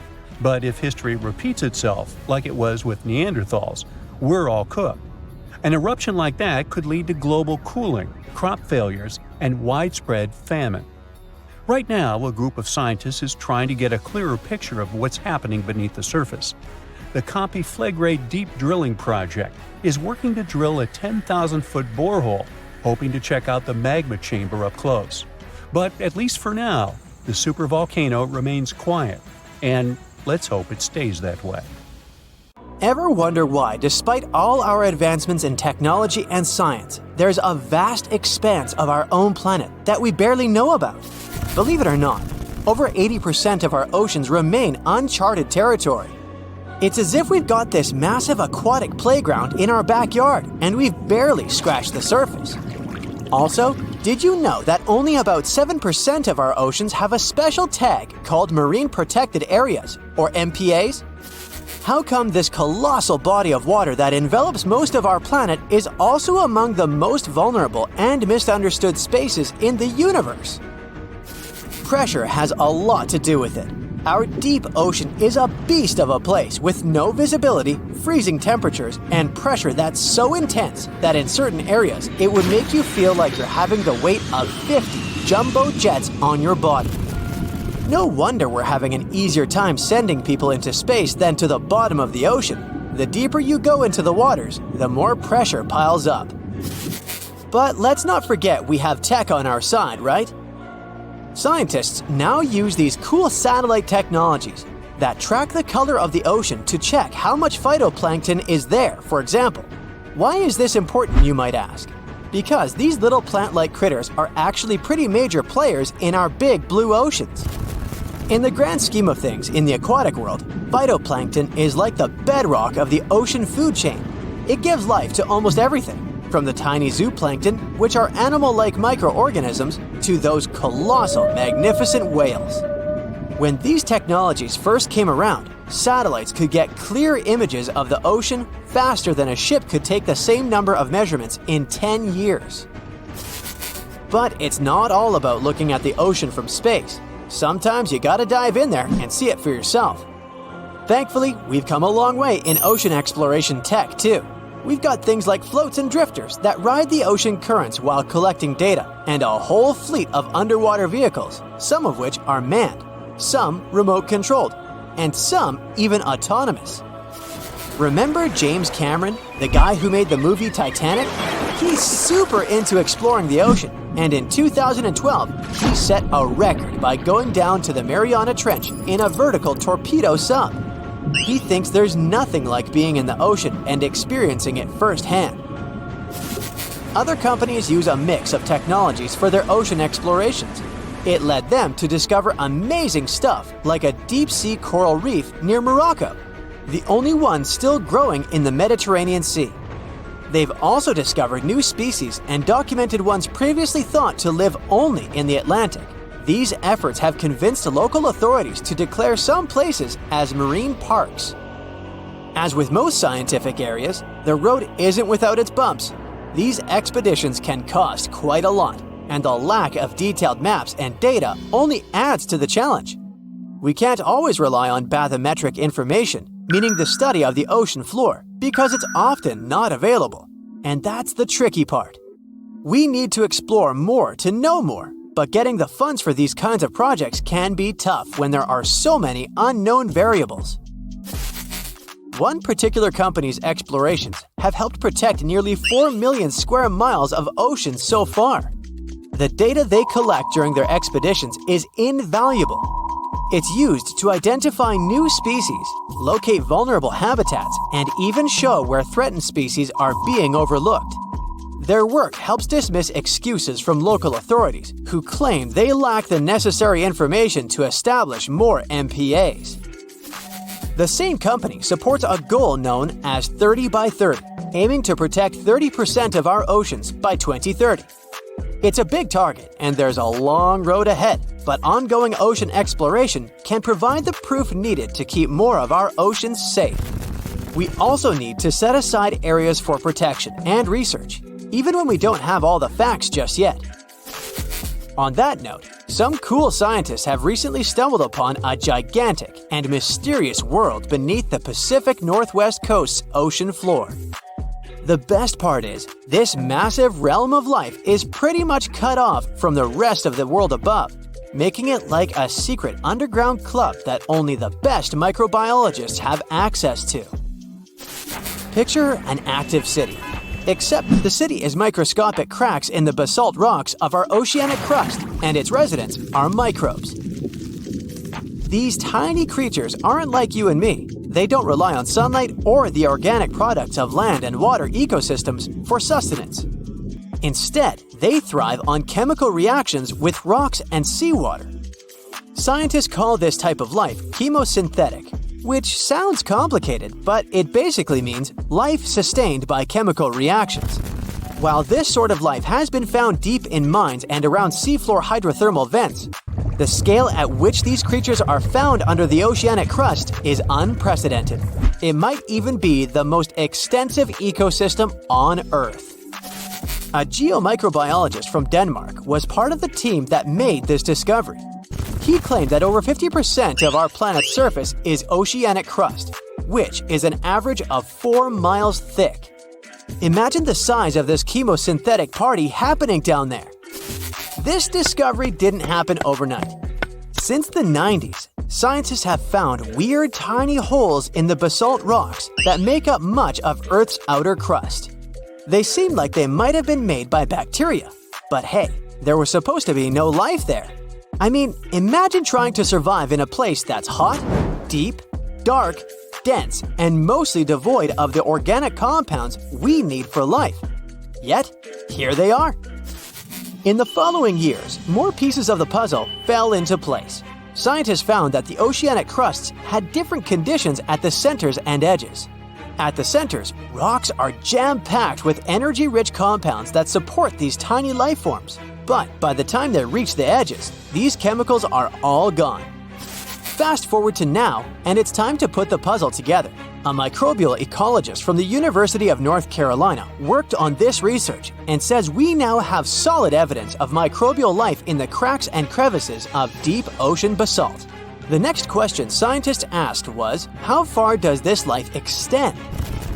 Researchers collected samples of crust from a plate roughly 120 miles off of Washington's coast, drilling deep beneath the ocean's surface.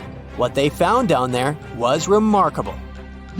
The life down there runs on a unique fuel, hydrogen. Yep, in the absence of sunlight, hydrogen provides the energy for all their biological processes. These microbes use hydrogen to transform carbon dioxide into organic matter. This matter and other byproducts, like methane, then fuel other organisms, creating a network of life.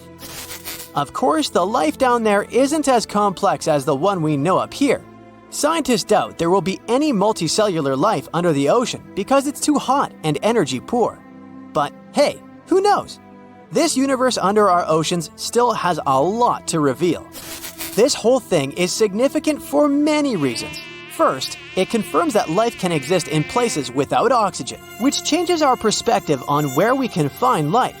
This makes us wonder if life could exist under similar conditions on other planets, where surface conditions might be too harsh. The implications on Earth are also profound. If a large portion of life exists in the oceanic crust, then our understanding of life on our own planet could be completely changed. This exciting discovery stretches our understanding of life and prompts us to keep exploring the mysterious depths of our oceans, pushing the limits of our understanding. NASA is also in on the whole deep sea exploration project. Why? Shouldn't they be preoccupied with outer space? Because they're hoping to find hints about what the oceans on other planets might look like. NASA specialists are really hopeful that by unearthing underwater secrets, we can solve some of the big questions about space. Plus, they're testing some nifty equipment for future journeys across our solar system. Hello, Brightsiders! Do you know where the deepest place in the world is?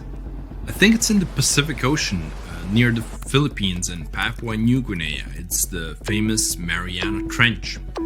So let's take a tape measure, a very long one, and attach its end to the boat on the surface.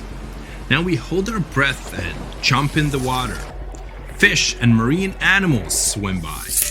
We descend lower to the depths and into total darkness, and after several hours, we reach Challenger Deep. The tape measure shows a depth of 36,200 feet. The famous Mariana Trench is not the deepest place on Earth, as everybody thought. The Kola Superdeep borehole, located in Murmansk region in Russia, beats it by a wide margin. And scientists have discovered something unusual and sinister there. When geologists were drilling the hole, they could reach the depth of 9 miles. And then they encountered voids. Scientists on the surface were surprised and scratched their heads and then decided to lower a microphone and dozens of other sensors in these voids. The temperature down below turned out to be 2,000 degrees Fahrenheit, and the microphone recorded something that sounded like human groans and screams. Many people thought the scientists had been able to drill into the underworld. The shocked people up above had already begun to panic, but suddenly an unknown creature jumped out of the drill pipe. It looked like a black goat that walked on its hind legs. Its body was shrouded in black flames. The creature got out of those deep hollows and ran off into an unknown direction. Okay, wait. These are just myths that one newspaper published on the 1st of April.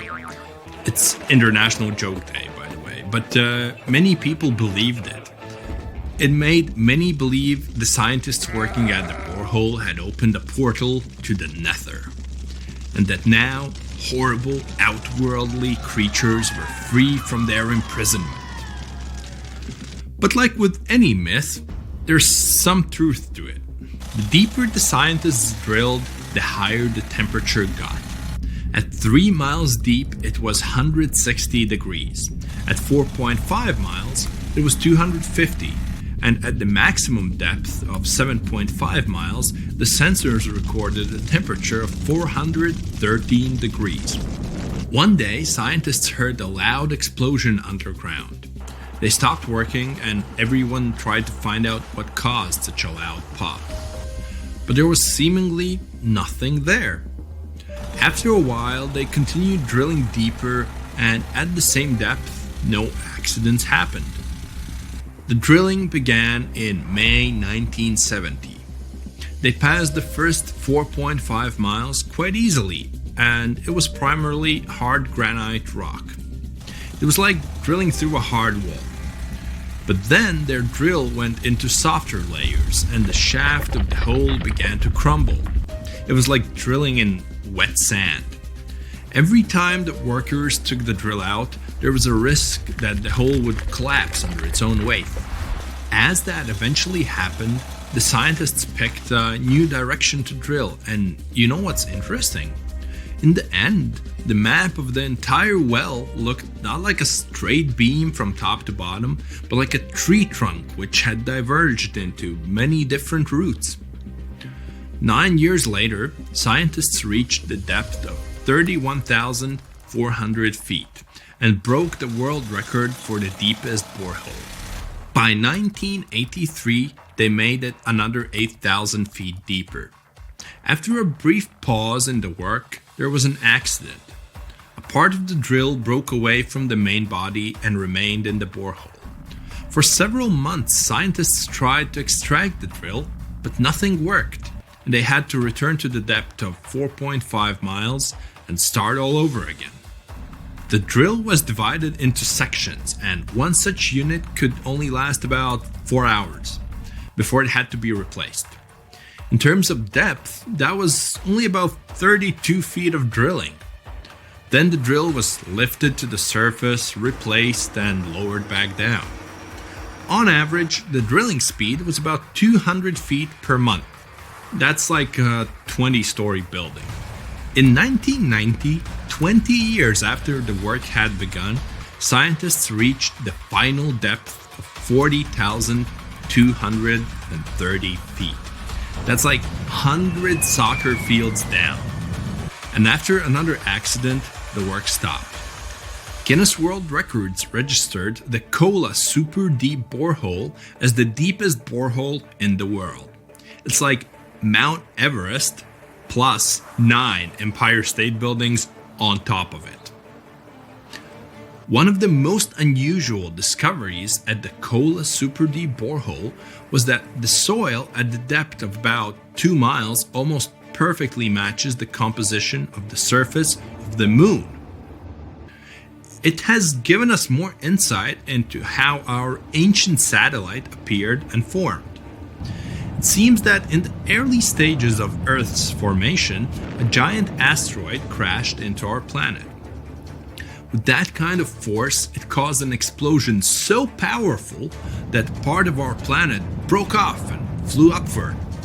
This chunk of Earth remained in our planet's orbit, cooled, and later formed into the moon we know today.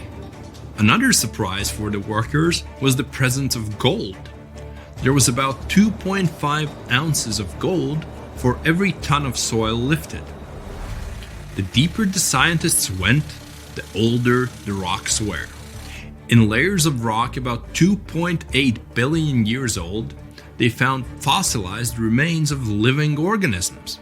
It made the world of science bubble with excitement, as it meant that life on our planet appeared 1.5 billion years earlier than first thought. In the early 1990s, they shut down the drilling project. Gradually, the buildings around the borehole and the drilling equipment were lost. Today, a lot of tourists visit the place. It's because of those same myths about creatures from the underworld. Yes, there's a hole 7.5 miles deep under that rusty lid. But the scientists working there never reached their goal. They wanted to drill into the Earth's mantle, but to do that, they would have had to dig down to a depth of about 44 miles. At 200 feet per month, it would have taken as long as 80 years. That's assuming no accidents happened. But the deeper it goes, the more interesting it gets. A few years ago, they found a massive amount of water deep underground. Somewhere up to 370 miles down, there's a substantial ocean billions of years old, and the amount of water there is several times greater than in all the oceans, seas, and rivers combined on the surface of Earth. The water there is at a scorching 2,800 degrees Fahrenheit. But because it's under a tremendous pressure, it doesn't evaporate. It's encased in a crystalline structure of minerals. This ocean was formed in the early stages of our planet's development, when there was only hot lava and debris of space bodies around. But the most exciting thing you can find by drilling is living organisms. They've been there in isolation for billions of years, and they can give us clues as to how life came into being in the first place. Scientists in Antarctica have created a similar borehole. An entire lake half the size of Lake Ontario was discovered under the thick ice. The amount of water in this lake is only 3.5 times less than in the Lake Baikal, the largest lake on Earth by volume. The ice that hides this lake is at least 20,000 years old, and the water beneath it has been isolated from the outside world for about 15 million years. While drilling, scientists lifted a chunk of ice from deep down below and found an unknown bacterium on it. Its genetic code was only 86% similar to known living organisms. That means that we've never seen bacteria like this before, or it had come from outer space. But that's just a theory. We know that these bacteria can live in unusual conditions and at water temperatures below freezing. The composition of underground lake water is also different from what we're used to. There's a lot more oxygen and carbon dioxide in it. Add to these conditions complete isolation, and we get living organisms that have developed and evolved in a completely different way. Do you understand what it means? The study of deep organisms may give us a clue as to whether life could exist beneath the ice on other planets or their moons. For example, Saturn's moon, Enceladus, has ice 24 miles thick. There may be an ocean underneath, which is heated by thermal springs. That's all for today. And guys, remember, let's become smarter every day together with Brightside.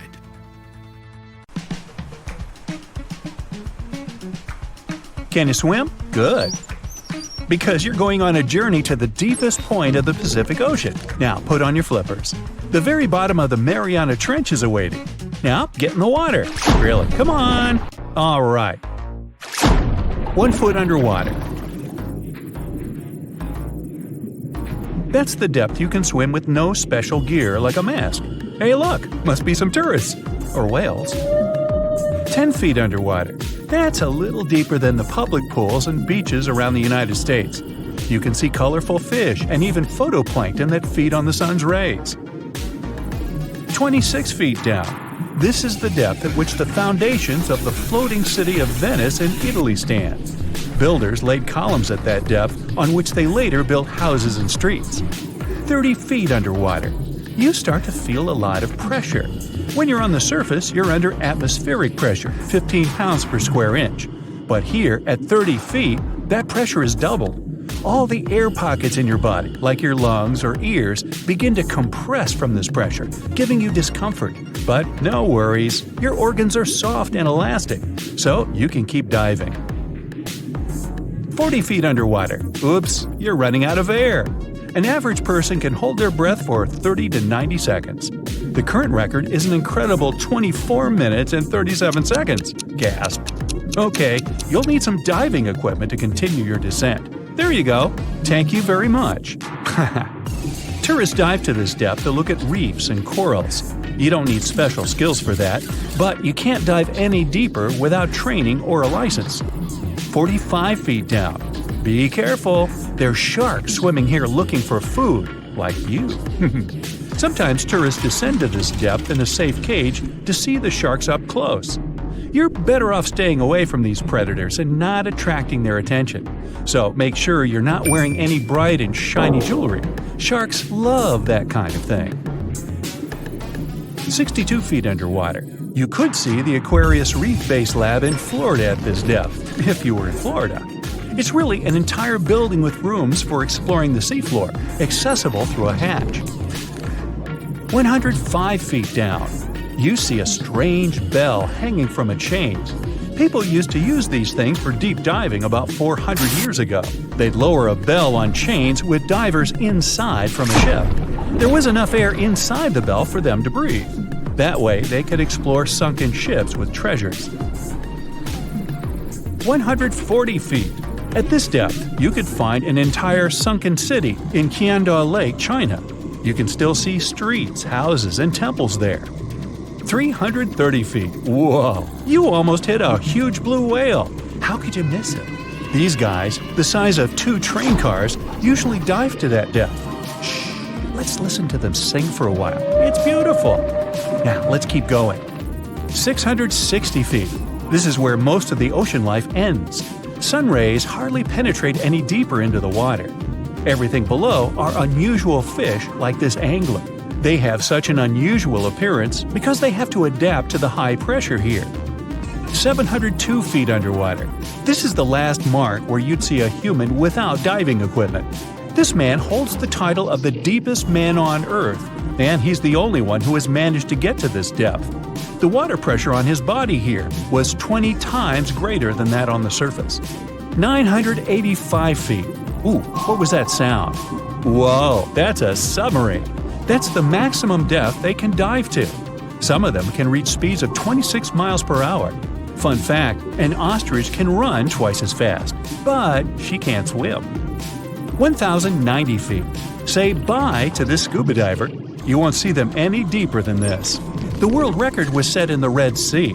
It only took the diver 12 minutes to reach this depth, but it took him a whole 15 hours to return to the surface to avoid decompression sickness. So now you get an atmospheric deep diving suit. It's completely sealed, and you won't feel the insane water pressure on your body in it. 1,454 feet. If you stuck the Empire State Building in the water, its tip would be here, and all the carpet inside of it would be wet. 2,300 feet down.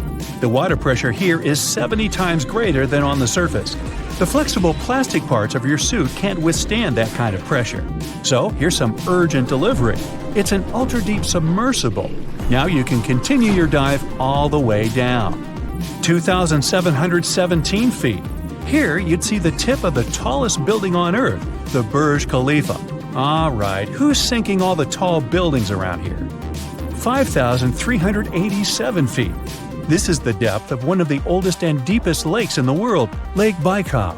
Its area is slightly larger than the entire country of Belgium. 8,040 feet. That's the record depth the Perdido oil platform reaches in the Gulf of Mexico. And its above-water part with 3 decks is almost as high as the Eiffel Tower. 11,962 feet. This is the average depth of the Atlantic Ocean. You can see a huge tube as wide as a giraffe's neck. And it just seems to be endless. True, this cable connected Europe and North America and used to serve for telegraph communications. 12,303 feet underwater. Suddenly, in the darkness, you see the outline of a ship. No way! That's the Titanic itself. The intense water pressure would crush a person at this depth. So you can only dive down to the Titanic in a submarine. 13,123 feet. Whoa! Here would be the end of the deepest mine in the world, Imponen Gold Mine in Africa. But you still have deeper places to go. Let's speed up. 20,000 feet. Here you can see the deepest debris of an old ship. The USS Johnson sank more than 70 years ago. You can still clearly see the number 557 on its bow. 26,200 feet. Here, in this total darkness, you'll find the deepest fish in the world, the Mariana snailfish. They're as long as a domestic kitten and have almost transparent skin. Their eyes are poorly developed for vision because the sunlight never reaches this deep. 29,030 feet. If you take Mount Everest, flip it over, and stick it into the Marianas Trench, this is exactly where you'd see its tip. Even though this is the highest point on our planet, you'd still have a lot deeper to go. 35,755 feet down. Here, in the Challenger Deep, you'd still see life. You'd need a microscope for that, though. Bacteria living here feed on organic molecules, similar to oil. A little deeper? Congrats! You've touched the bottom. It's 36,070 feet deep. The pressure here is 1,071 times higher than on the surface. But you're not the first person to have been here. One of the last expeditions to the bottom of the Mariana Trench was in 2012. An American filmmaker descended here in a submarine he designed himself. But the pressure broke some of the engines, so it was hard for him to maneuver here. The sonar was also damaged, and some of the batteries drained. He was in the Challenger Deep for about 3 hours and took many pictures and videos.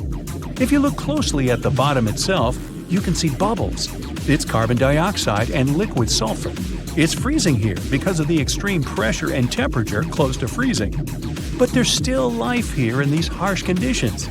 The 3 microorganisms are most common here: xenophytophores, amphipods, and small sea cucumbers. There's so few of them because they don't have enough food down here. Usually, there's a lot of palm leaves on the ocean floor, which get there from the land. But the Mariana Trench is 124 miles from the nearest islands. So the only food here is old plankton and fish scales from the ocean's upper layers. But it needs to travel tens of thousands of feet to become food for the bottom dwellers. But can you go even lower into the crust of the Earth? Well then, you'll need to unleash your giant drill and fire up the jet engines. You're pushing another 36 miles through the Earth's crust, and here is its edge. You've entered the upper mantle. It's an ocean of hot lava, 1,800 miles deep. You have to literally swim through this, reaching the outer core, another 1,400 miles deep. Then you reach the inner core, another 755 miles, and congrats! You're at the very center of the Earth. I hate to ask, but how do we get out of here? So, astronomers have just announced that they might have found signs of possible life on a planet outside our solar system. Wow! This distant world is called K2-18b, and it sits about 124 light-years away in the Leo constellation. So, what life are we talking about? Little green men? Octopus-like tentacled creatures? Well, not exactly. First things first, let's define what life is. It's what distinguishes animals and plants from inorganic matter, like the ability to grow, reproduce, and change. Now, what do we need to support life? If what comes to your mind is water, bingo! Scientists have the feeling that K2-18b might be covered in oceans, and if it's so, it can support tiny forms of life, like microbes. A team of researchers from the UK and the US used the James Webb Space Telescope to look at the planet's atmosphere. They found hints of two very special chemicals. On Earth, only living things can produce those, and the living things I'm talking about are mostly tiny ocean plants called phytoplankton. So, basically, this planet might indeed host life in the form of algae. Now, of course, scientists still need more proof before getting too excited. We should keep in mind that it's possible that those chemicals were made by something we don't understand yet, not necessarily by living things. But still. K2-18b is a big boy. It's more than 8 times heavier than Earth and about 2.5 times larger. So what makes it even more interesting is that it's located in the Goldilocks zone around its star. That means it's not too hot and not too cold there, just right for the existence of liquid water, which is highly important for life, as we know it. Astronomers study faraway planets like this by watching how their light changes when they pass in front of their star. This allows us to figure out what kinds of gases are in the planet's atmosphere. Back in 2013, the James Webb Space Telescope found methane and carbon dioxide in the atmosphere of the planet. These are carbon-based molecules, and it was the first time they were found on a planet in the habitable zone. Scientists also saw a weak signal of a chemical called DMS, which is mostly made by tiny ocean life here on Earth. So, the researchers pointed the telescope at the planet again a year later using a different tool that could pick up more light details. This time, they found much stronger signs of DMS and some related chemicals. But the problem is the signals aren't strong enough yet. They haven't reached something called the 5 sigma level, a parameter scientists use to confirm discoveries. Plus, even if the DMS really is there, it doesn't automatically equal the existence of life. Scientists once found DMS on a comet, which means that it can be produced without some kind of life taking part in the process. And still, the amount of DMS on K2-18b looks way higher than anything seen on Earth. That's why some astronomers are sure it's coming from something living. K2-18b has been a top pick for what scientists call a Haitian planet. This term means a big, watery world with thick hydrogen atmosphere. It's not the kind of place where extraterrestrial civilizations like in movies would live. But it could be home to tiny life forms, like the microbes that once lived in Earth's oceans billions of years ago. Once again, not everyone agrees on how friendly K2-18b really is for life. Some scientists think planets like this might actually be too close to their stars to hold on to liquid water. K2-18b orbits its star every 33 days, which is pretty fast, and could mean it's too hot. That's why some experts claim that even if the planet has any water at all, it might be boiling. Or maybe it's not water, but oceans of lava. But most scientists agree on one thing: we should wait and see. With just 16 to 24 more hours of telescope time, astronomers could confirm what they've seen. This could happen in the next few years, and even if it turns out K2-18b isn't the world we're looking for, we're still getting close. With powerful telescopes like James Webb and more coming in the future, we might be able to answer whether we're alone in the universe or not. At the same time, some places in our own solar system, like Mars, Venus, or Saturn's moon Enceladus, might actually have a better shot at hosting life. Or we could keep exploring other promising worlds, like Proxima Centauri b, which is the closest exoplanet we know about. It's just 4.25 light-years away from us and orbits a small star called Proxima Centauri, right in the habitable zone. This planet is a bit bigger than Earth, which makes it a super-Earth. That's what we call exoplanets larger than ours but much smaller than gas giants like Neptune or Jupiter. Proxima Centauri b is a fast-moving world. It needs a mere 11 days to go all the way around its star. Scientists think Proxima Centauri b might have a rocky surface, and that's a good sign for possible life. On the other hand, its star blasts it with a lot of ultraviolet radiation. It might have already destroyed the planet's atmosphere, if there was any to begin with. So there's a big question mark when it comes to this world's habitability. Then we've got TRAPPIST-1e, another promising Earth-like planet. It's one of 7 rocky planets orbiting a small, cool star called TRAPPIST-1, about 39 light-years away. Discovered in 2017, it might be one of the most promising places to look for life beyond Earth. This planet is actually a bit smaller than Earth, with a mass around 1/2 that of our planet. It completes an orbit around its star in just 6 days, which is super fast compared to Earth's 365 days. The planet's size and density suggests it has a rocky surface, and that's another key factor when we talk about habitability.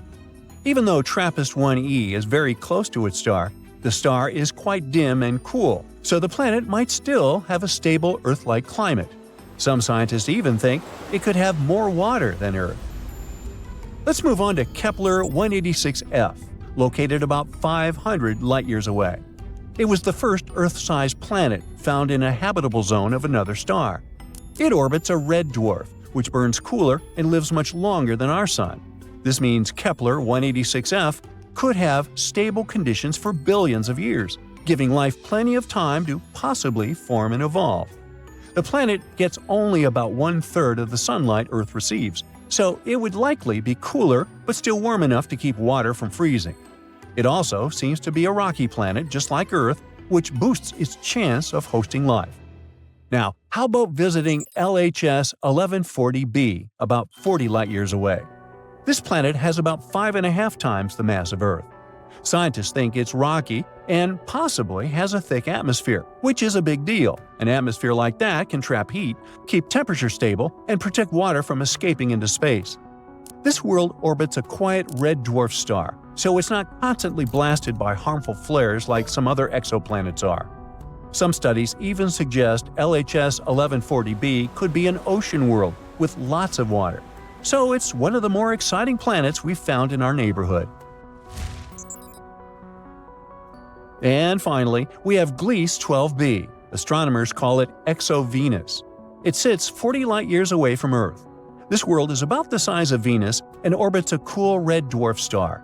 It needs just under 13 days to complete one orbit. The temperature on the planet is around 107 degrees, which is quite warm but still okay for life. The thing that makes Gliese 12b so interesting is that it could help us understand how Earth-sized planets around cool stars hold on to their atmospheres. That's important because an atmosphere is crucial for things like liquid water and protecting life from harmful radiation. According to some researchers, Gliese 12b is one of the best chances we have to figure out whether planets like this can stay habitable.